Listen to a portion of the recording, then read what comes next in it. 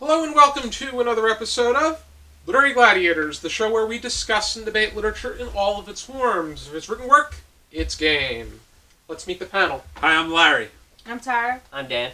And I'm Josh. And today is a very special episode because this is our 450th episode here on Literary Gladiators. Wow. That's a lot of episodes. We've done this 450 times. 50 more, we'll get to 500. Yes. That's true. It's something worth working toward. And as you would know, this is the season that we are revisiting works here on Literary Gladiators. These are all works that we've gone over in the past, and we are going all the way back to Season 1 for this revisitation. And the work that we're going over is Frankenstein by Mary Shelley. You have a discussion starter, Dan? Yes. Okay, so I was really trying to think about what kind of discussion starter I want to do for this, but the thing is, I've kind of standing on this. Alright, do you feel the thing is that Victor Frankenstein learned his lesson of the dangers of messing with science and creating life, or do you think he was not punished properly and never really learned a lesson? I think he was tormented by it. So I think that the major issue that might have prevented him from learning anything from the event was the fact that he never confessed what he did. So that he's got this secret, and he's got to face it all by himself throughout the entirety of his life until he finally finds somebody that he thinks that he could tell about it, or and that he finally decides to confess. And I think that is the message, or the allegory that is the book, is that when you commit some crime or some evil, you're not going to be able to live with yourself until you can come to terms with it by saying it out loud. Torment. I think he was more so ruined because everything that he loved and admired was taken away from him. Yeah. And it was at the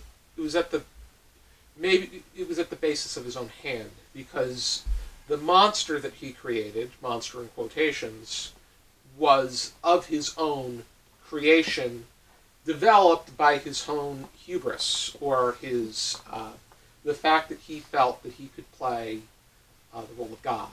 Mm-hmm. So by the time we get to the end, he's ruined, and basically at the point that there really is no, he's able to tell his story, but that's all he has. Right, it's not going to make a difference in the outcome of his life. Mm-hmm. Yeah, I mean, maybe it will in the sense of the hereafter, Mm-hmm. but aside from that, Mm-hmm. yeah, no. Because of the fact that he's stuck with it, and he refuses to tell people, and he comes up with different reasons. Mm-hmm. And as he hangs on to this secret, like he starts losing all the people around him that he loves. I think that's the allegory that's going on here. Is if you try to live with some dark secret of your sin or your crimes against nature or otherwise, that eventually it will ruin you.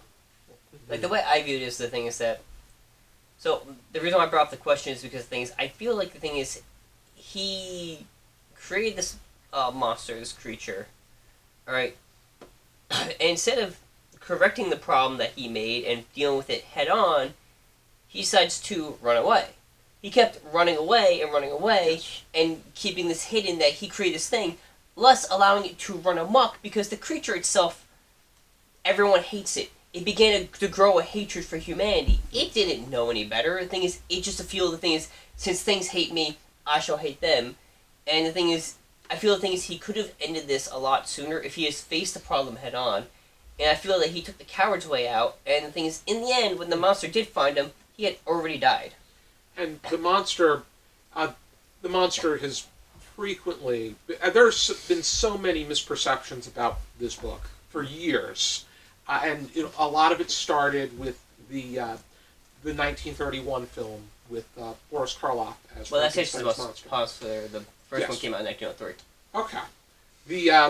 That was probably, I don't know how influential 1903's version had on the way we perceive Frankenstein, but 1931's was incredibly influential. Yeah. But to the point that they call the monster itself Frankenstein.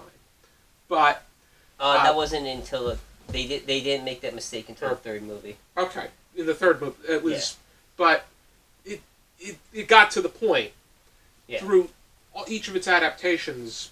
They call the monster itself Frankenstein. But in actuality, Frankenstein's monster is very well spoken, for as well spoken as he can be, and is just a victim of being not living the natural life, but instead just being created and plopped into society. Yeah. Whereas, and society itself is very impatient and unaccepting of, just because of the way he looks, because the blind man doesn't have an issue with him. It's when the members of the blind man's family come in and see him, they're terrified and shocked by, and just chase him away. And the same thing with the little girl that he saves. Yeah, they think that's a thing of attack because of how hideous the monster looks. Mm-hmm. That's why I'm saying the things like he grew a hatred for humanity because everyone hated him because of how hideous he looked. Yes, and it was just his appearance, which very much, I think that it's very reflective of just the way that people see others in society. People they jump to these conclusions based off of just not just looks, but external impression. People in general are very shallow. And I think the big question I wrote here is, who's really the monster and why? And when you really want to look closely at the title, it's Frankenstein. Frankenstein. Monster. The doctor himself can be viewed as a monster. Yeah. Maybe not in the way that the monster crawls out from under your bed and screams all this gobbledygook, or the monster that comes in through the closet like in Monsters, Inc. But he's a monster in the way that he created something and then ran away from something that terrified, that ended up harming, be it intentionally or unintentionally, those around them. And the actions of the monster have to be placed on the doctor. And the fact that he had no problem using dead body parts to create this thing. Mm-hmm. Yeah, and it's kind of like that is his offspring. Yeah. When an offspring doesn't know better and does all of these destructive things, the blame has to be placed on the parents. So I'm saying that he didn't try and fix this problem head on. He just let it go. Yeah, and so the monster doesn't know anything of love or acceptance or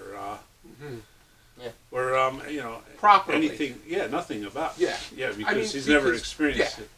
Just abandoned. Mm-hmm. Yeah. I mean, it's all this matter that because the monster does make effort, but doesn't have the right reception to it, because beings aren't born to be monstrosities, especially human beings. They're made that way based on the reflection of what society puts in inputs into them. Yeah. No, I say it's what they do that makes them monsters or makes them lose their humanity. I wouldn't say that it is the society that does that. I mean, it's society there's a potential. They can be manipulative, though. Yeah, well, society influences, but it's up to the individual to do with that what is acceptable, right? Because what is evil comes from the heart. So what comes into you can't defile you, but what comes out of you can. I think Frankenstein's monster is also very well spoken, because the way that it's written, it starts and ends with the letters of Walton to Margaret, Sister. the sister. Yes. Then you have first person from Victor Frankenstein, Right. and then you'll have Frankenstein's monster speaking in chapters, be it speaking to his creator, Victor, Yes. or just speaking in general. One of the things that really stuck out was on page 110 of my version. He said, and I quote, "Like Adam, I was apparently united by no link to any other being in existence, but his state was far different from mine in every other respect. He had come forth from the hands of God, a perfect creature, happy and prosperous, guarded by the special care of his Creator. He was allowed to converse with and acquire knowledge from beings of a superior nature, but I was wretched, helpless, and alone." Which I think that it has a lot to say about the reflection of one's self and their actual abilities, where there's a lot more that comes into creating a sufficient creature or being than just gathering things together and putting them together. Yeah, just to see if you can, right? Just to see if just to see Also, if it works. You mentioned that the thing is, the monster keeps bringing up the thing about Adams because they read Paradise Lost, where in the end he says the thing is, I am not Adam, even though I wanted to be. I am more like the fallen angel, Lucifer. Yes, he did make mention of the fact that he's more like a subject of Satan. Where I think that the monster, I think that he's taking it a bit hard in that case because he didn't choose. I mean, he didn't choose this path. No, it was the fact that Well, yeah, but you chose the path, though. You did choose the path. he made decisions to respond. He chose hate with hate. Yes. But the fact that his creator, there's a big difference between God, the Almighty One, and Victor Frankenstein. Absolutely. Yeah, there's a big difference. Yeah, Victor Frankenstein just he was becoming immersed in alchemy and more of these like almost dark arts. Yeah, dark arts kind of, and he came up with the idea: what if I can put a body together and bring life into it? Yeah. And were his intentions good? Not really. They were selfish. Yes, he was driven by pride, ambition, curiosity. These are all. He wasn't sins. trying to improve science. He just wanted to do something because he thought he could do it and prove the thing is that he was better than everyone else. Then he realized he created a monstrosity, and the thing is he didn't fix his mistake. He is allowed to run amok. Mm-hmm. Yeah. And it wasn't even. I mean, if you were trying to create something to do good and then have the patience to go ahead with it, is one thing. But he was not. He wasn't. Nobody's the right person to do it, but especially not him.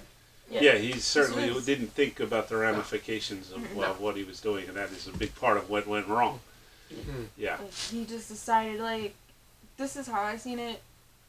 He made the creature, it scared him, so he ran away. Yeah.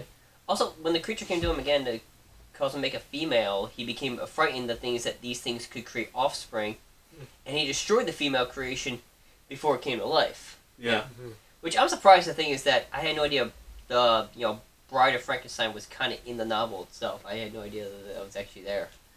To some extent, yes. Yeah, almost. Very I mean, it's not exactly like the movie. Yeah, well, but the he thing didn't is, quite bring it's close forward. to it. Yeah. Yeah. Mm-hmm. Because then he started thinking about the ramifications of what he was doing, and then he realized that it'd be better left undone. But by that point, it was too late. At that point, he had already caused enough problems. The thing is, you could have, like what I'm saying is, he could have solved this earlier. If he could destroy the monster before it was created, or destroy the one that he had already created, most of those deaths probably wouldn't have happened. Right. But the thing is, because he kept trying to run away, and the monster was angry at him and wanted revenge, everyone he knew and loved ended up dying because the thing is of what he had done. Yes.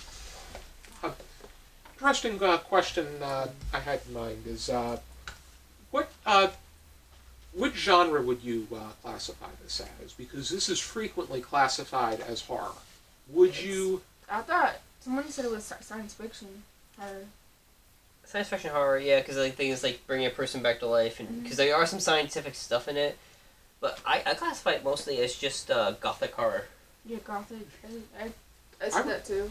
I would put it in as literary fiction because this is reflective of Romanticism, and it was interesting that Mary Shelley wrote this as a little contest with her husband Percy Shelley, who was a prominent poet and writer, and they were also camping with Lord Byron. It was a ghost. They were each to write a ghost story, which in a way you could argue that maybe it is part of the horror umbrella because this was originally taken as faction of a ghost story. However, I think that the way that it's written, it reflects so much on humanity, on just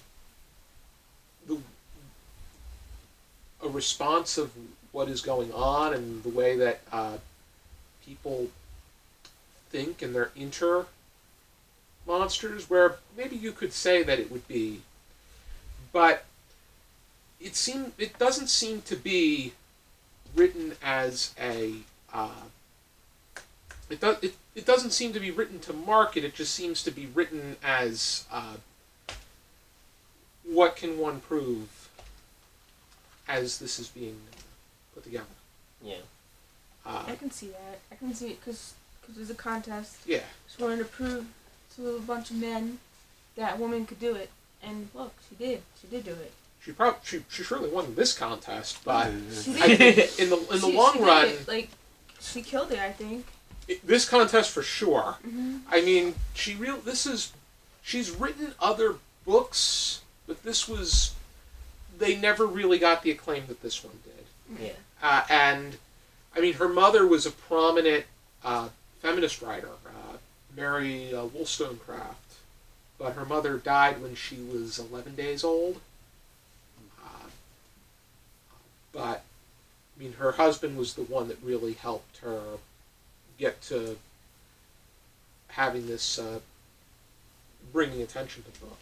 Well, at least she had a good husband that let her have those freedoms, and Mm-hmm. she was lucky that she lived in a society that was had more money. Yeah, they were well-to-do, the Romantic poets of that time, but they had some problems of their own. They were often doing opium, and Professor Hartman and I had an interesting discussion. Or Rennie, you would know from the show, they thought a lot. They thought a little too much, and it led them into depression, and many of them died young for all different reasons. Their relationship was a scandal too, wasn't it? With Percy and Mary Shelley, wasn't there a scandal involved in their relationship? Didn't they break up a marriage or something? Percy Shelley died very young. Yeah. So I don't think that there was a, I'd have to do more research on that one. Yeah, I don't remember. I heard something about it, but I don't know exactly. It's funny that you mentioned something about that because I know we talk about books, but the thing is I also have to bring up the movie too, the 1931 one.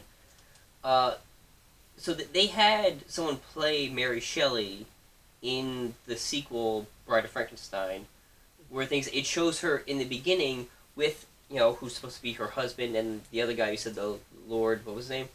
Lord Byron. Lord Byron. Of them discussing the first movie, which was, Frankenstein. Alright, and the thing is, in that thing, there's a case of them drinking alcohol, and the thing is, one part of character put something in his nose, cocaine. And the thing is, the fact that you mentioned that is that they kind of represented that in the movies, and the thing is, then you bring that to light, I was like, yeah, that's how they kind of portrayed them in the movie. That could be snuff, right? I don't know, what kind of stuff do you put in your nose? That's the only drug. Snuff is it's a tobacco product. They just smell. They Well, may have. I mean, granted, there's a few things like It could cocaine you snort too. Yeah. But it's it's interesting that they have a reflection of that. It would have been more interesting if they had the contest, but like the ghost story contest. Yeah. But well, the things like she says, the things that she had an idea for a second story. The thing is, then that's what leads into the movie. mm-hmm. So it's like, we're in the present time of Mary Shelley. She's telling us about the events of the first story, of things of how great it was, and the thing she's like, I've had an idea for a sequel, and the thing is like, it kind of goes like this, and then it goes into Bride of Frankenstein. I'm kind of a movie buff, in case anyone didn't figure that out. But the thing is, the reason why I like this novel is because the thing is, I've watched the movie, and the thing is, I've read the novel, so the thing is like, they all kind of just make sense. Yeah. Yeah, but there's a lot of different levels that you can look at this. Like you look at it as a man trying to play God, and there's that aspect of it. And you look at it as hubris. Yeah, as Modern day Prometheus, he played with fire. Yeah, and that part of it is still profound today because we have all kinds of mad scientists running around trying to do this and that. You got Elon Musk wants to put a chip in everybody's brain. Here's the thing: it's like with science, it's like, can you do these things? Nobody really asks, should you do these things? Right. Yeah. The Jurassic Park point. Yeah. I know that's from Jurassic Park, but the thing is like, it also applies to this too. Is the thing is like, could he bring a dead body back to life? Yes. Should he? Never stopped to think. No, he never stopped to think about that. Yeah. That's like the monkey's paw, where Herbert, the Mr. and Mrs. White's son, gets. Should they have made the wish with the monkey's paw? It's the whole. Do you play with fate? Yeah. And you really shouldn't, because there's always repercussions. But that probably boggles me more than anything as to what was at the other side when they bring him back to life. Yeah. But back to Frankenstein. I just know. Yeah. But otherwise, one thing that I thought stuck out had to do with the utilization of the family that the monster was observing, and he was using some of their resources, such as their books, and he was interacting with the blind man until the rest of them came in. Like you had Felix, you had I think the sister, and Safi was the girl that ordered him. The Hungarian girl. It was whoever Felix's sister. Yeah, I don't remember the name. But I think that we just got a perfect amount of them. We knew enough about them for Frankenstein's monster to show some kind of development, but yet it didn't turn into a story about these other people. Yeah. And I liked I liked how it was utilized, because Felix fell for the girl, but because of issues involving her father, things didn't work out, and it ended up ruining them. Agatha is her name. Agatha was the name of the sister. Okay. Yeah, but then they ended up together, though, him and the girl, the Hungarian girl. Because she left her father to go be with him. That's what happened there. Mm-hmm. So then they were going to teach her French and everything. That's how the monster learns French and how to read and everything from the lessons that they're given to the Hungarian girl. It's amazing, and then it's sad. Yeah. Because he could have, if they only recognized him as being somebody that could potentially fit in with their society, and not judge him based off of his looks and how he was presented, then I think it would have.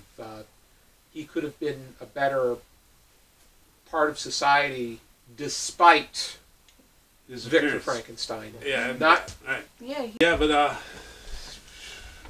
he's unlovable, and that's I think what the idea is that he can To society, he's unlovable. I think and to himself. He hates himself as well. He does not love himself. But It doesn't help that society doesn't love him back. No, it doesn't help. And If I it- think yeah. if And he it was doesn't loved help back, he would start liking himself. He never knew what love was. Mm-hmm. And in that, he becomes unlovable. And that, in turn, cuts him off from everything good and causes him to be, a true monster. Yeah, so, He's basically, it's kind of like the whole nature versus nurture thing. Mm-hmm. You know, he was a thing against nature, alright, and the thing is, he was nurtured to hatred, and the thing is, he became what people consider a monster, because the thing is, that's how they viewed him, and he became that. Yeah. Yeah. Or sometimes people are just made. and he was made that way, though. He Yeah. was made as, like, a crime against nature, so that's... But I mean, a bunch of sewn up body parts is kind of scary to a lot of people. Yeah.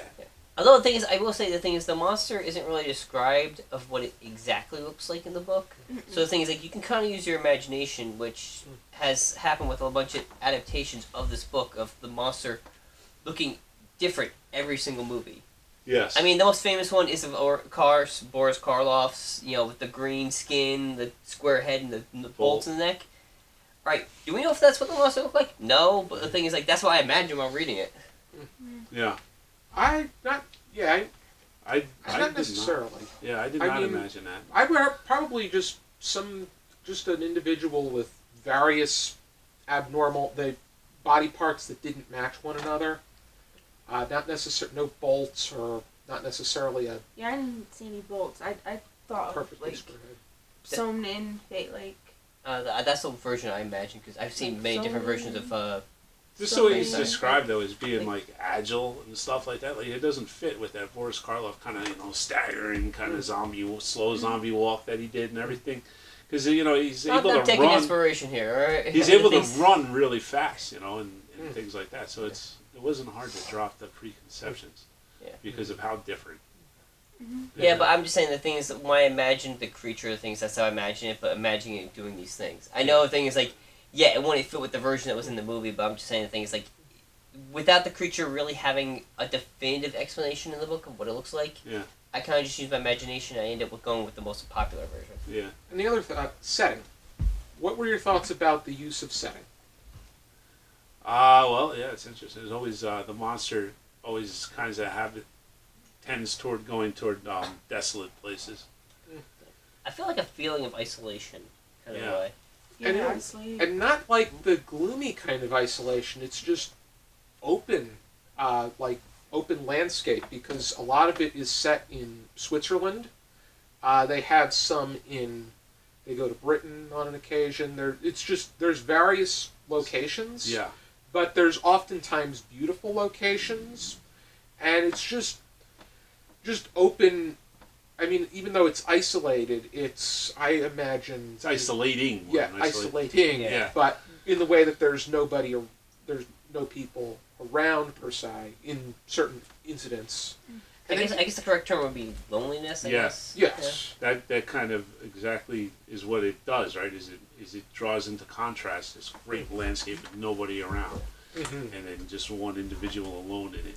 And then the ultimate area of loss would be among icicles going toward the Arctic, Yeah.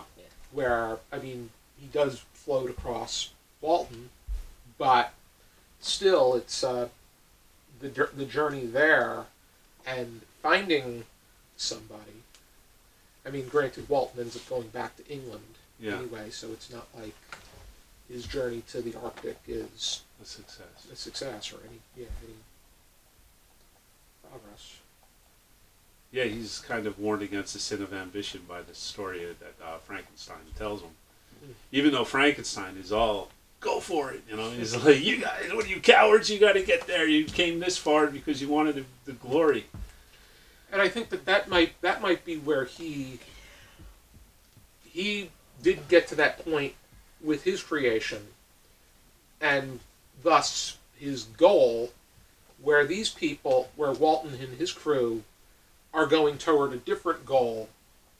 And I mean, the goals are both, the commonality is is it for the greater good, or is it for your own selfish Glory. glory? For your own glory, yeah. And in a way, that's what it seems like Walton and his crew. Why would you be going to the Arctic? And I think that's why would you be.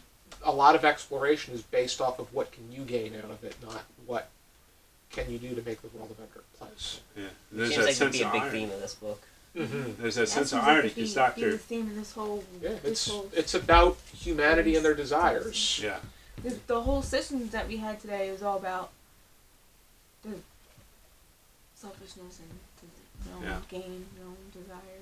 I would say the There's last 4 discussions, for sure. That's what it seems like. I don't know. Yeah, well, I mean, look, the last thing that we talked about was Macbeth, and in there, there's that same kind of like inability to cope with the guilt of what you've done, and in this piece again, it's the same theme is in this one as well. Like he couldn't cope with it. He like ran like a Coward. And I only dog put with tail these between his discussions legs. together based off of who can take part and who wanted to take part where. It wasn't intentional. Oh I no. know, but it was It just, seems to happen a lot though. It's just I know it's seems not like intentional. Really, it just seems just really cool how like this theme went on, and I thought it was Yeah, just It really would Seems be an like things recur. interesting layout, though, for a capstone class Yeah. or senior seminar. But I wanted to say too about the irony of the fact that Dr. Frankenstein is doing this in search of glory, but then in the end he can't tell anybody about what he did when he actually succeeds. So there's that ironic twist to that as well. He wanted gold, but all he found was tin. Yeah. Already. Do we have any final thoughts that we didn't bring up? No, I think we covered them all. No, I just think Frankenstein is a great classic book, and the thing is, it definitely deserves its classic status. Yeah, definitely. It's timeless. This is what times anyone could read it and get something out of it. Yeah. Mm-hmm. And there's something about the Victorian setting too, the Victorian era that is timeless in its own right. It's So- romantic. Yeah. Doesn't matter what time it is, just don't try and bring a dead body back to life. Yeah. Like, that's just something you should just never do. That's right. Yeah, or try to do things just because, like you said, just because you can do it Mm-hmm. doesn't mean you should. Yeah. Mm-hmm. Already. How would you rate this? 0 to 5 stars, half stars permitted, Larry? I'm going to go with a 4.5 for this one. I'd like to read it again and do it a little slower. This was a little longer than I thought it was. I thought it would be more like Dracula in length, but it was longer than that. A lot longer. It's also a bit more rich. Yeah. It's not, you have to be able to concentrate a bit more thoroughly. Yeah. But because of the fact that we just said it is timeless and it is enriching, and definitely there is a lot to be said for it. It works on a lot of different levels. So I would go very high for me, 4.5. Sarah? It's a reread for me, and the first time I read it was 4 stars. The second time I read it was 4 stars because I picked up more than the first time I read it, and I just liked it. I took my time with it. Yeah. I would say solid 4, because I definitely like gothic horror, and that's how I'm classifying it as. I know you're saying romantic, but I'm saying it as gothic horror. And the thing is, I just like stuff like that, like Frankenstein, Dr. Jekyll, things, and Dracula, things like. So the Frankenstein story just fits well into like the genre of what I like reading. I think Dr. Jekyll and Mr. Hyde's a really interesting character study, too.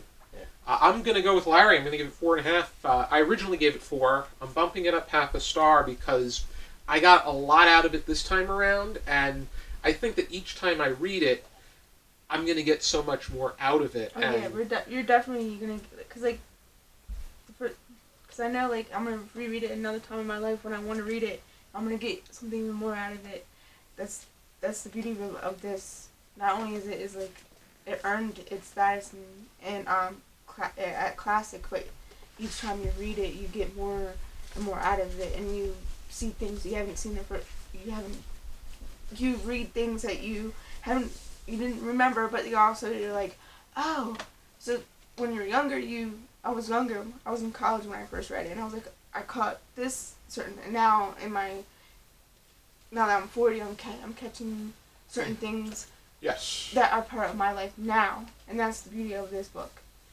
I think that there's so many different aspects and perspectives that come into rereading things, and I think one of the strongest aspects is the character study and what we see in humanity, and I think that the greatest horrors are those of particular human devices, just like in The Shining, where the greatest horrors are not necessarily the ghosts and the beings at the Overlook Hotel, but it's the alcoholism of Jack Torrance and what human decisions that go against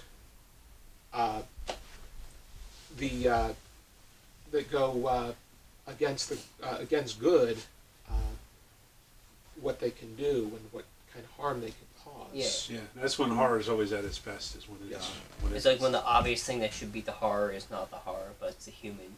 Like in Frankenstein, the thing is like you would think the monster would be the horror, but it's the man who created the monster. And it's just like my favorite quote from Supernatural: "Demons I get, humans are scary," or something like that.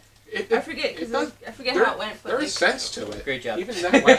I'm but glad. I think just overall, just the fact that we constantly refer to Frankenstein as the monster, But he's not. when in a way he is, because Dr. Frankenstein is the monster. Yeah, that's what I mean. So like, Frankenstein is the monster, but it's not the one that That people not are the one saying. who's created, but the creator themselves. Yeah, it's Yeah. the But creator. it's both. It is both. It could Kind be, of. yeah. That's But probably where the the creation is the came result of the creator. Mhm. Where, like, we put a lot of blame on the general population, but sometimes there is something greater that is making it that way, and you have to be able to break away from those terrible devices. The monster still makes free will choices that are evil, and ultimately, that is a free will choice that the monster makes. Everybody can always have an excuse to do the wrong thing. Yes, I think that. But do you think they would have, if they did not go down that path? Do you think that choice would have been made? Can't say. Okay, and that's probably the best. That's where it can be left, is on that because they did make free will choices, but where it had to get to that point where that free will choice was made. So, but it's just a whole one thing after just decision after decision after decision. Yeah, well, he decides that he's going to be a tormentor and make his life about revenge, and that's when things go wrong. Mm-hmm. Could have kept trying to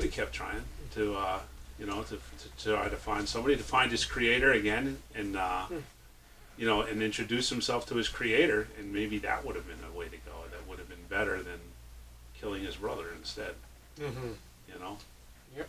So opportunities are always there to do the right I would thing. say it would have been better to go against the person actually causing the problem rather than a victim to agitate the. But I think that he was looking for him and he accidentally killed the wrong being, or. No, I think he wanted to murder the brother. He wanted to murder somebody close to Frankenstein. Is the way I remember it playing out. I thought he was, in this version, he saw the child and he was just going to kidnap the kid. And in this version, like the version I have, he was just going to kidnap William and go somewhere else in the world and raise him without the influences of society, I guess. But then when he heard the kid said he was crying because he realized how ugly the creature was, and then he started crying and he said Victor's father's Frankenstein, his grandfather. Like, my grandfather and then that's when once he heard Frankenstein, he went into a rage and killed him. Mm-hmm. Because the trigger of Frankenstein. Right. In this version. And I don't know what other versions you guys No, read. it's the same thing. I think it was that's what I remember. And then Justine was took the blame for it, Mm-hmm. and it just Clarabelle, and it was Elizabeth, then it was Frankenstein's father. Yeah, but it was because of the name Frankenstein. It was because of the fact that he wanted to hurt his creator. Mm-hmm. In the same way that his creator, wounded him so Mhm. deeply. But again, there's always, everybody always has a reason to do the wrong thing if Okay. they want to. Okay. Alrighty then, if you're interested in checking out Frankenstein, here is my copy, and Dan and Tara have copies. Dan's includes Dracula and Dr. Jekyll and Mr. Hyde. Tara's is the Penguin Classics edition. The 18 text, uncut, and it has photos in the back as well. Alrighty then. Yeah. Mine and Josh's are both from the Signet Classics collection. His is just the singular. Mine is the collection of other books as well. Alrighty then. Be sure to join us next time on another episode of Literary Gladiators. For now, keep reading.